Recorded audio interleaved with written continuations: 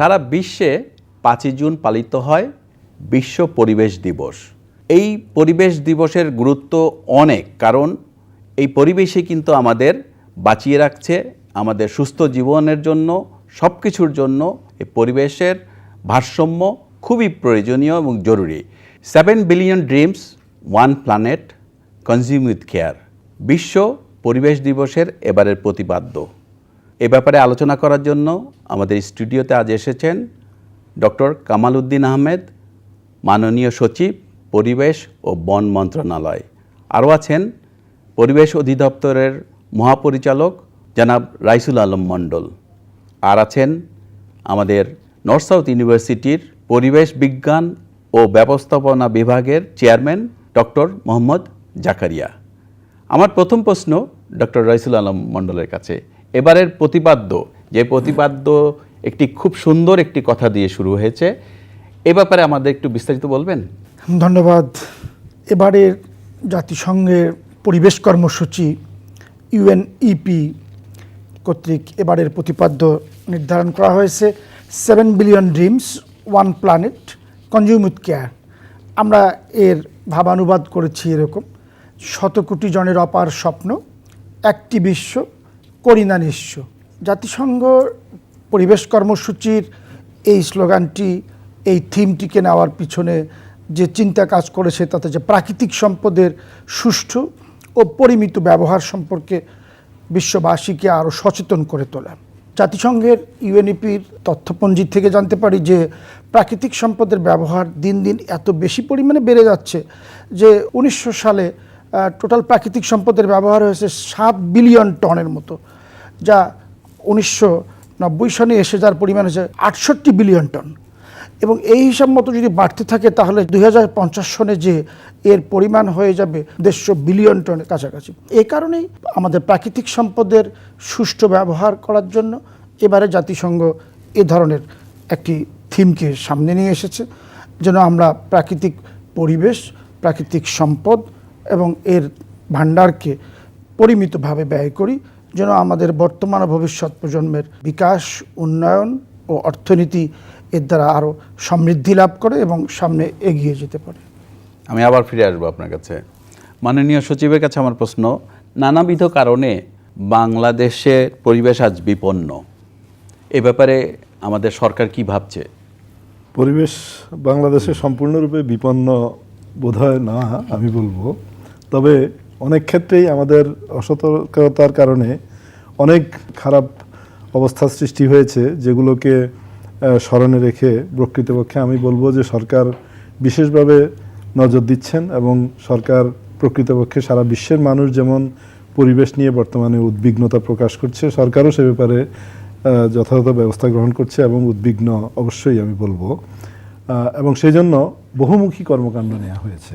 যেমন ধরুন, প্রথমেই বলি যে পরিবেশ এবং প্রতিবেশ ব্যবস্থা সংরক্ষণ, টেকসই ব্যবস্থাপনা সহ সার্বিক কর্মকাণ্ড বজায় রাখার জন্য এ পর্যন্ত বেশ কয়েকটি আইন, বিধিমালা, কর্মপরিকল্পনা, কৌশল এবং প্রয়োজনীয় নীতিমালা প্রণীত হয়েছে।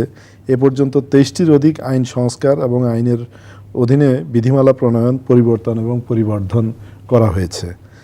এবং জ্বালানি ব্যবহারের দক্ষতা এবং নবায়নযুক্ত শক্তির ব্যবহার বৃদ্ধি করার প্রচেষ্টা সরকার নিয়েছেন।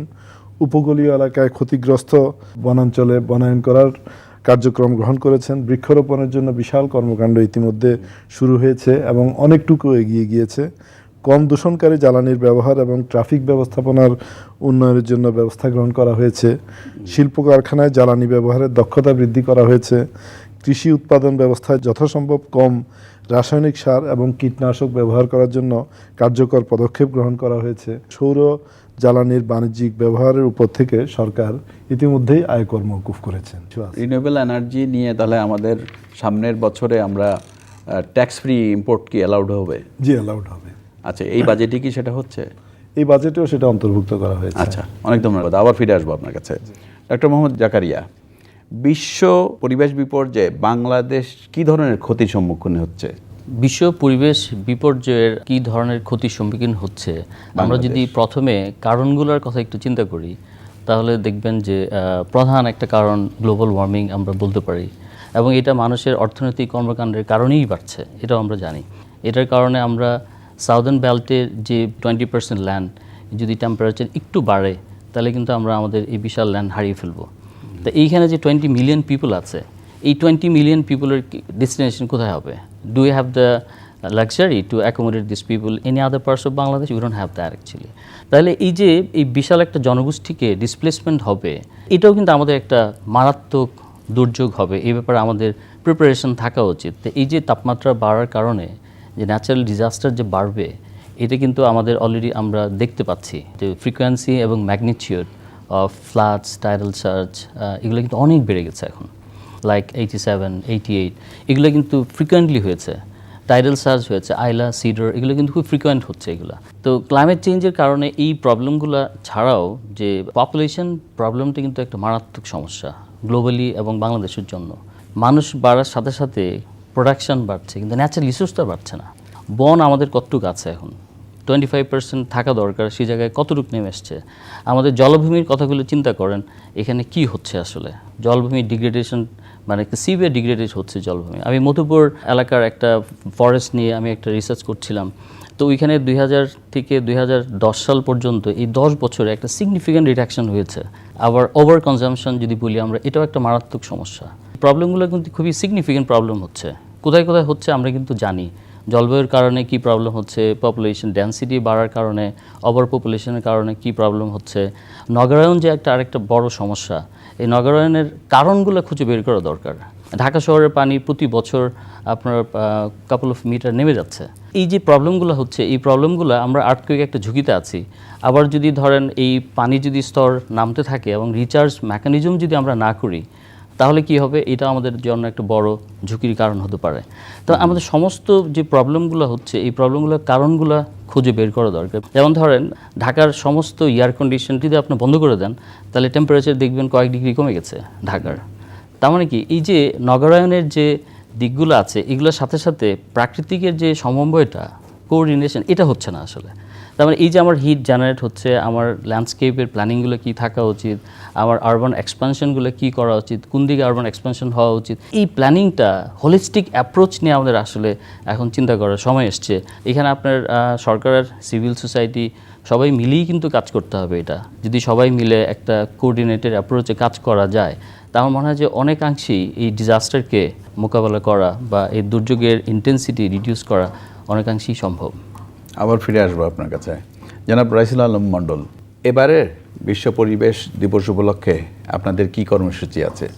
আমরা পরিবেশ ও বন মন্ত্রণালয়ের পরামর্শ ক্রমে পরিবেশ অধিদপ্তর থেকে একটা ব্যাপক কর্মসূচি নিয়েছি, যার অন্যতম উদ্দেশ্য যে পরিবেশের দিবসের মূল যে কথাটা, এই মানুষের সাথে জনমানুষকে সম্পৃক্ত করা। এ কারণেই আমরা এই পরিবেশ দিবসের কর্মসূচিগুলো পুরো জুন মাসটা ধরেই আমরা এটা করে চলছি। শিশুদের বিভিন্ন গ্রুপে এবং বিশেষ করে শারীরিকভাবে সহায়তা দরকার এমন ধরনের শিশুদের জন্য আমরা এবারে একটা চিত্রাঙ্কন প্রতিযোগিতার ব্যবস্থা রেখেছি। আর অন্যান্য স্বাভাবিক শিশুদের জন্য বয়সভিত্তিক একটি চিত্রাঙ্কন প্রতিযোগিতার আমরা সেখানে রেখেছি, পরিবেশ কেন্দ্রিক। তাদেরকে বিভিন্ন ধরনের ছবি আঁকা এবং এ বিষয়ে সচেতনতা আনার জন্য। এছাড়া জাতীয় পত্রিকাগুলোতে আমরা বিশ্ব পরিবেশ দিবসের জন্য করপত্র প্রচার করব, এবং যেখানে আমাদের মহামান্য রাষ্ট্রপতি, মাননীয় প্রধানমন্ত্রী সহ মাননীয় মন্ত্রী, আমাদের সচিব মহোদয়, আমাদের সভা বাণী থাকবে। এবং আন্তঃবিশ্ববিদ্যালয় বিতর্ক প্রতিযোগিতা আমরা এবারে রেখেছি। এছাড়াও ঢাকা মহানগরের প্রায় 100টিরও অধিক বিদ্যালয়কে একদিন অন্ততপক্ষে ওই বিদ্যালয়ের সুবিধা মতো সময় এই পরিবেশ, জলবায়ু পরিবর্তন, আমাদের এত সংশ্লিষ্ট যে ঘটনা বিষয়াবলী, ওই শিশুদের মাঝে ছাত্রছাত্রীদের সাথে আলোচনা করা। এটা শুধু ঢাকা মহানগরীতেই না, আমরা এবার জেলা পর্যায়েও একটি ছেলেদের স্কুল এবং একটি মেয়েদের স্কুল, সেখানেও ছেলে মেয়েদের মাঝে এই বার্তাটা পৌঁছানোর চেষ্টা করেছি। উপজেলা পর্যায়েও এই দিবসটি যেন যথাযথ গুরুত্বের সাথে প্রচারিত হয় এবং এর দ্বারা ছাত্রছাত্রী, আমাদের স্থানীয় জনসাধারণ, শিল্পপতি, ওনারা যেন সবাই এই কার্যক্রমে অংশগ্রহণ করতে পারে, এই ব্যবস্থাও আমরা করেছি। আর একটি বিষয় না বললেই নয়, যেটা আমরা বিশেষ উদ্যোগ নিয়েছি এবারে, আমাদের দেশের বড় বড় শিল্প প্রতিষ্ঠানগুলো তাদের নিজস্ব কার্যক্রমে এবং তাদের দূষণ নিরোধ কার্যক্রমে তাদের অগ্রগামী ভূমিকা এবং নতুন টেকনোলজি, জ্বালানি সাশ্রয়ী প্রযুক্তি এবং আমাদের ভূগর্ভস্থ পানির ব্যবহার সহ আমাদের পরিবেশের যে সমস্ত কনসার্নগুলো আছে এই বিষয়গুলো তাদেরকে আরও নিজেদের মধ্যে সচেতনতা বাড়াতে তারা সহায়তা করতেছে। আমরা এছাড়াও টেলিভিশনে অল্প সময়ের জন্য আমরা একটা টিভিসি করে আমরা এটা প্রচারের ব্যবস্থা করেছি, আমরা স্মরণিকা করেছি, আমরা সুবিনির বের করেছি এবং সবশেষে আমরা 5 দিন ধরে বিভিন্ন পর্যায়ের আমাদের পরিবেশবাদী সংগঠন, সিভিল সোসাইটি, পরিবেশ অধিদপ্তর সহ বিশ্ববিদ্যালয় পৃথকভাবে আমরা সেমিনারের আয়োজন করেছি, যেখানে আমাদের এই পরিবেশ সংক্রান্ত বিভিন্ন দিক নিয়ে আলোচনা হয়েছে। আর সবশেষে আমি বলবো যে আমরা 1 সপ্তাহ ধরে আমরা পরিবেশ মেলা করতেছি। এই মেলাটা 1 সপ্তাহ ধরে চলবে। এখানে পরিবেশ সংশ্লিষ্ট যে টেকনোলজি নতুন করে আগমন হয়েছে, যেগুলোর অনুকরণে আমাদের অর্থনৈতিক অবস্থার সাথে সঙ্গতি রেখে আমাদের শিল্পের সাথে এর মান উন্নয়নের জন্য আমাদের নিজস্ব উদ্যোক্তারা এবং অনেক প্রতিষ্ঠান, বাইরের প্রতিষ্ঠানে এখানে অংশগ্রহণ করবে। এছাড়া আমাদের প্রেস কনফারেন্স থাকবে, এখানে মাননীয় মন্ত্রী থাকবেন, সেখানে আমরা আশা করতেছি এটাতে এই পরিবেশ দিবসের বিষয়াদি কর্মসূচিগুলো তুলে ধরার জন্য। ধন্যবাদ। ডক্টর জাকারিয়া, পরিবেশের ভারসাম্য রক্ষায় আমাদের কি করা উচিত বলে আপনি মনে করেন? পরিবেশের ভারসাম্য রক্ষা করা ছাড়া তো আর কোনো উপায় নেই আসলে, কারণ পরিবেশের ভারসাম্য রক্ষা না করলে আমাদের অস্তিত্বই আসলে একসময় হারিয়ে যাবে। আমাদের এই ব্যাপারে সার্বিক আসলে একটা উদ্যোগ দরকার পরিবেশের ভারসাম্য রক্ষার জন্য, কারণ আমরা সবাই পরিবেশের সাথেই সম্পৃক্ত এবং পরিবেশ থেকেই আমাদের সমস্ত কিছু আহরণ করে থাকি।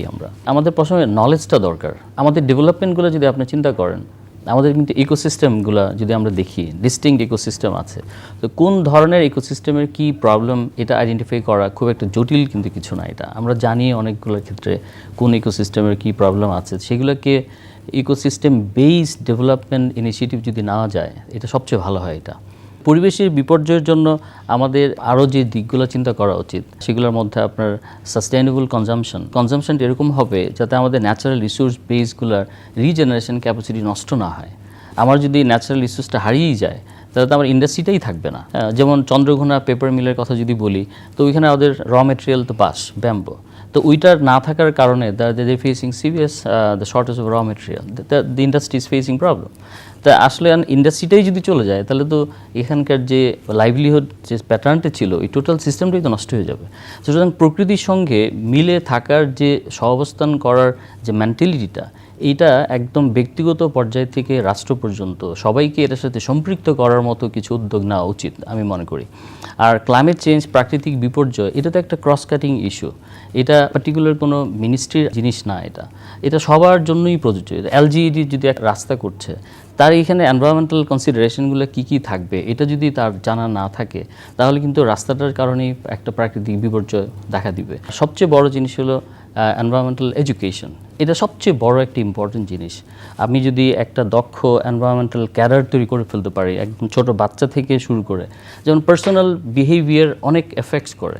যেমন আমি যদি বলি, আমার কম্পিউটারটা আমি সুইচ অফ না করে জাস্ট বন্ধ করে রাখলাম, দেখা যায় যে প্রতি 40 ওয়াটস আওয়ার ইলেকট্রিসিটি ইকুইভ্যালেন্ট আমি নষ্ট করে ফেলছি জাস্ট কম্পিউটারটা বন্ধ করে রাখার জন্য।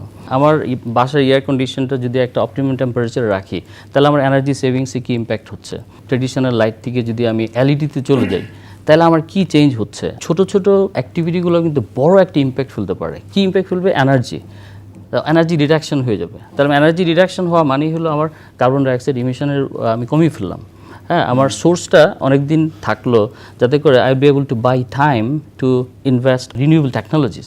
তো এই জন্য এনভায়রনমেন্টাল এডুকেশন এটা একটা খুবই ইম্পর্ট্যান্ট একটা জিনিস। এটাকে পপুলার করা উচিত। সরকাররা জানি যে স্কুল লেভেলে এটা আছে, এই কারিকুলামে এডুকেশন ইউনিভার্সিটি লেভেলেও এটা থাকা উচিত।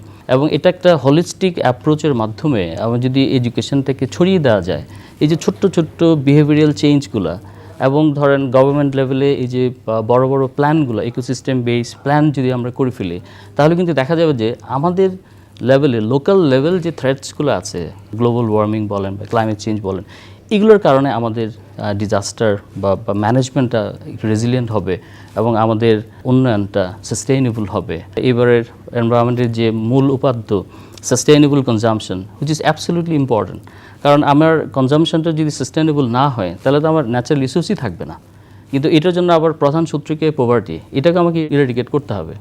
আপনি জাটকা ধরেন, মাছের উপর নিষেধাজ্ঞা আরোপ করেন কেন? যাতে এই মাছটা বড় হয়। এটা এই যে গরিব লোকগুলো আছে তার পভার্টি রিডাকশন যদি করতে না পারি, তাতে সে দিনের বেলা যদি বাধা দেন রাত্রেবেলা সে যাবে, কিন্তু তার এই সময়টা যদি ম্যানেজ করে ফেলতে পারে, সে ইকোনমিক লাইভলিহুডটা মেনটেন করে ফেলতে, আর কিছু কিন্তু যাবে না, কারণ সে জানে, সে নিজেও জানে যে মাছটা যদি কিছুদিন থাকে তাহলে আমিই বেনিফিটেড হব। তার মানে এই পভার্টি রিডাকশন, এনভায়রনমেন্টাল নলেজ এবং কম্বাইন্ড একটা ডেভেলপমেন্ট ইনিশিয়েটিভ, এই সামগ্রিক দিকগুলো যদি বিবেচনা করি আমরা, তাহলে হয়তো আমরা পরিবেশ বিপর্যয় রক্ষা করা সম্ভব হবে এবং আমরা আগামী একটা সুন্দর ভবিষ্যৎ, আমরা সুন্দর দেশ, পৃথিবী আমাদের ভবিষ্যৎ প্রজন্মের জন্য রেখে যেতে পারবো। That's my hope. ধন্যবাদ। মাননীয় সচিব, আমাদের এবারের পরিবেশ দিবসের যে লক্ষ্য, তাতে কি আমরা পৌঁছতে পারবো বলে মনে করেন আপনি? অবশ্যই পারবো, আমি দৃঢ়ভাবে বিশ্বাস করি এই কারণে আমি ডক্টর জাকারিয়ার কথাগুলো শুনছিলাম। তিনি যেটা বললেন যে পরিবেশের সম্পর্কিত এডুকেশন বা সচেতনতা অনেক অনেক বাড়াতে হবে, এটা অত্যন্ত সঠিক কথা। এবং এই কাজটি যখন আমরা স্কুল পর্যায়ে এবং স্তরে স্তরে বিভিন্ন উচ্চতর পর্যায়ে শিক্ষার বিষয়টি আরও বেশি সবার কাছে অনুভূত হবে, সবাই জানবে, তখন অবশ্যই আমাদের দেশের মানুষ পরিবেশের ব্যাপারে আরও অনেক বেশি সচেতন হবে। আমরা দেখেছি যে একটা ইন্ডাস্ট্রি অনেক নিয়মকানুনের এখন নিগড়ে থাকার কারণে তারা ইটিপি করছেন, এফ্লুয়েন্ট ট্রিটমেন্ট প্ল্যান্ট করছেন, করার পরে দেখা গেল যে অনেকেই ভাবছেন যে আমি অনেক টাকা বিদেশে আমার রপ্তানি করার মাধ্যমে, পণ্য রপ্তানি করার মাধ্যমে দেশের জন্য অনেক বৈদেশিক মুদ্রা আনছি, সুতরাং আমার এখানে সামান্য কিছু এফ্লুয়েন্ট বের হলো, এতে কি এসে যায়? তখন উনি এফ্লুয়েন্ট ট্রিটমেন্ট প্ল্যান্ট, যেটাতে ব্যবহার করলে অনেক টাকা খরচ হয় প্রতি মিনিটে, সেটা না করে ওই বাইপাস করে হয়তো এফ্লুয়েন্টগুলো বাইর করে দিলেন, ওখানে ওই নদী নালা বা ফসলের মাঠ ভরে গেল। এটা তার কাছে খুব একটা বেশি বিবেচ্য মনে হয় না। এবং সে কারণে আমাদের এনফোর্সমেন্ট টিম গিয়ে যখন তাদের বিষয়গুলোকে ধরে এবং জরিমানা করে, তখন তারা এটাকে খুব ভীষণ রকমভাবে প্রতিবাদ করে, বলে যে আমরা এত টাকা এক্সপোর্ট করছি, এইভাবে দেশের ইকোনমিতে কন্ট্রিবিউট করছি। কিন্তু কোনো দেশে তো আপনার এক্সপোর্টের জন্য দেশের প্রাকৃতিক সম্পদ বিনষ্ট করার অধিকার কেউ লাভ করে না। এই যে মানে একটা ধারণাটা তাদের স্বচ্ছ নয় এবং এটা যে ক্ষতিকর, এই বিষয়টা তাদের ধারণার মধ্যে এমন একটা আসেনি।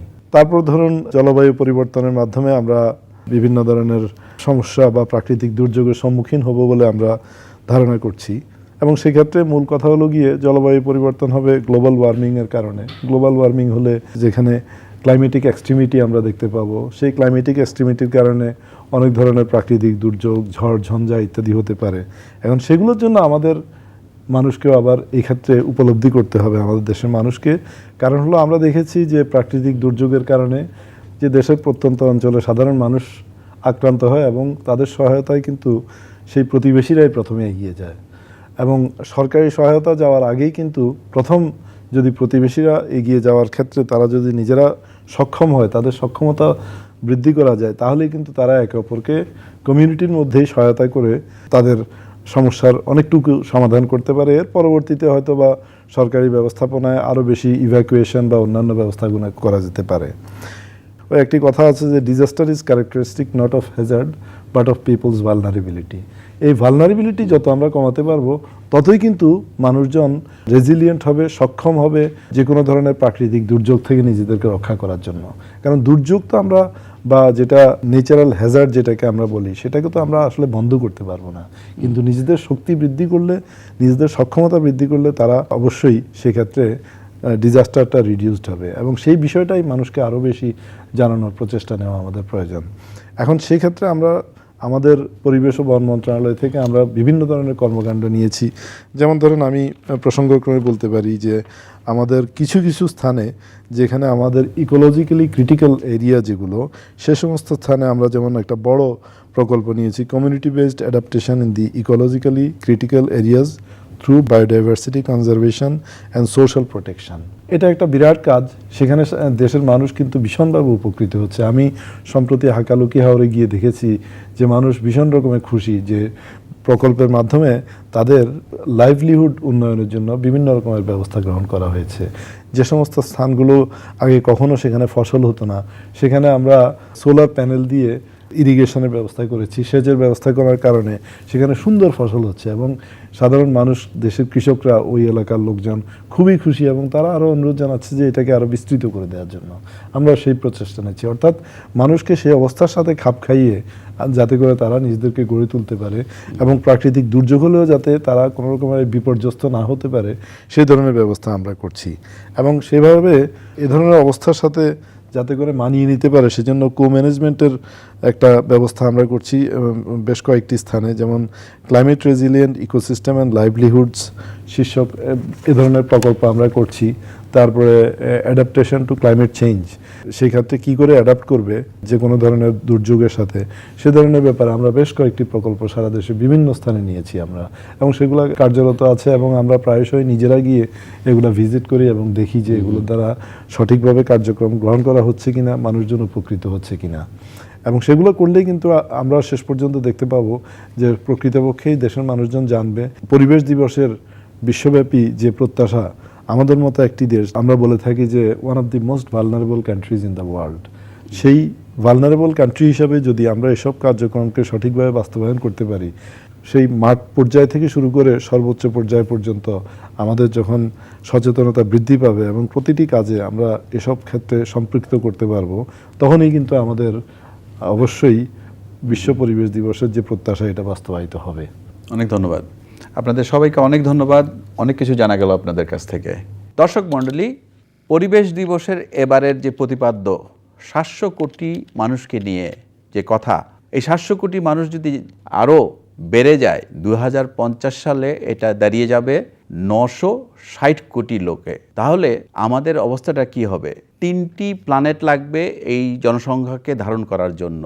সুতরাং আমরা যদি এখনই সচেতন না হই, আমরা যদি আমাদের জনসংখ্যার ব্যাপারে, আমাদের খাদ্যের ব্যাপারে, আমাদের কনজিউম যা করি আমরা সব কিছু মিলিয়ে আমাদের কিন্তু খুবই একটি জরুরি পদক্ষেপ নিতে হবে। আমাদের সবাইকে একসাথে হাত মিলিয়ে এই পরিবেশের ব্যাপারটাকে, আমাদের সচেতনতার ব্যাপারটাকে, আমাদের এই কর্মকাণ্ডকে সব কিছু মিলিয়ে কিন্তু একটা সমন্বিত একটি কর্মসূচি নিতে হবে, যাতে আমাদের জনসংখ্যা যা আছে এর চেয়ে যেন কোনো বিস্ফোরণ না ঘটে।